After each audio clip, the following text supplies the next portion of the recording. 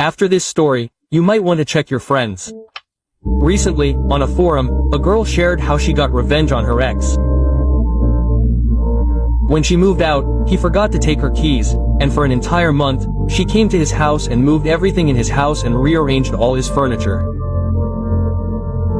Not exactly the worst prank in the world, but try to imagine how you would feel in that guy's shoes. It doesn't really matter, since he was taken to a mental hospital. But you know what? Try to imagine a slightly different situation. What if someone, on the contrary, was doing something to keep you calm? I don't get it. What if your friends came to your place at night and rearranged all your furniture just to calm you down, and you didn't know what you were really doing at night? Then you'd have bigger problems than that guy. I think you know that in the Middle Ages, this was how they dealt with undesirable people. But think about what happens to your consciousness when, so to speak, the head is cut off. I mean, if after this happens, you will still be conscious for some time and will feel everything.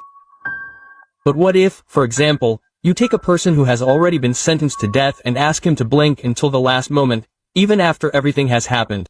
Well, back then, one of the professors did this, and it turned out that the person blinked for another 10 seconds after being cut off. Well, if you thought these were just death throes, that's what he thought too. And when he approached the head after 10 seconds, he asked it to look at him. And at that moment, the eyes turned upward. It turns out that at this moment the person can still feel and hear everything for a few more seconds. He just can't say anything, because that would require the body.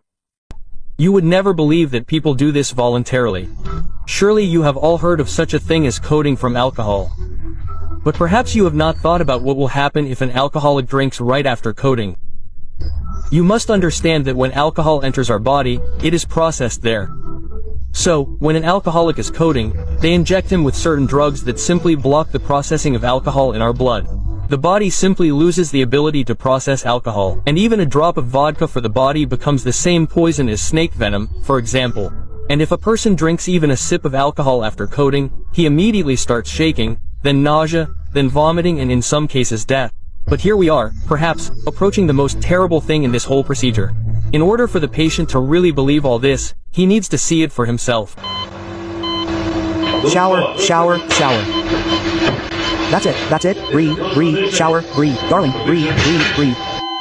Surely all of you have heard about the missing submarine near the Titanic. Well, it was recently found, along with its black box. When the recording from its black box was leaked online, people were, to put it mildly, shocked. Here's the depth at which whales swim, and here is the depth at which it was. This distance is approximately equal to 4 Burj Khalifas. At this depth, your lungs would turn into about this, into an. So, scientists analyzed the audio recording from the black box.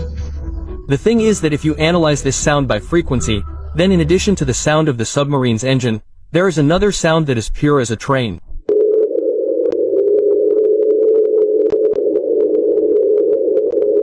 The moment of the explosion itself was recorded by the black box. And here, perhaps, is the most terrible thing. Listen carefully.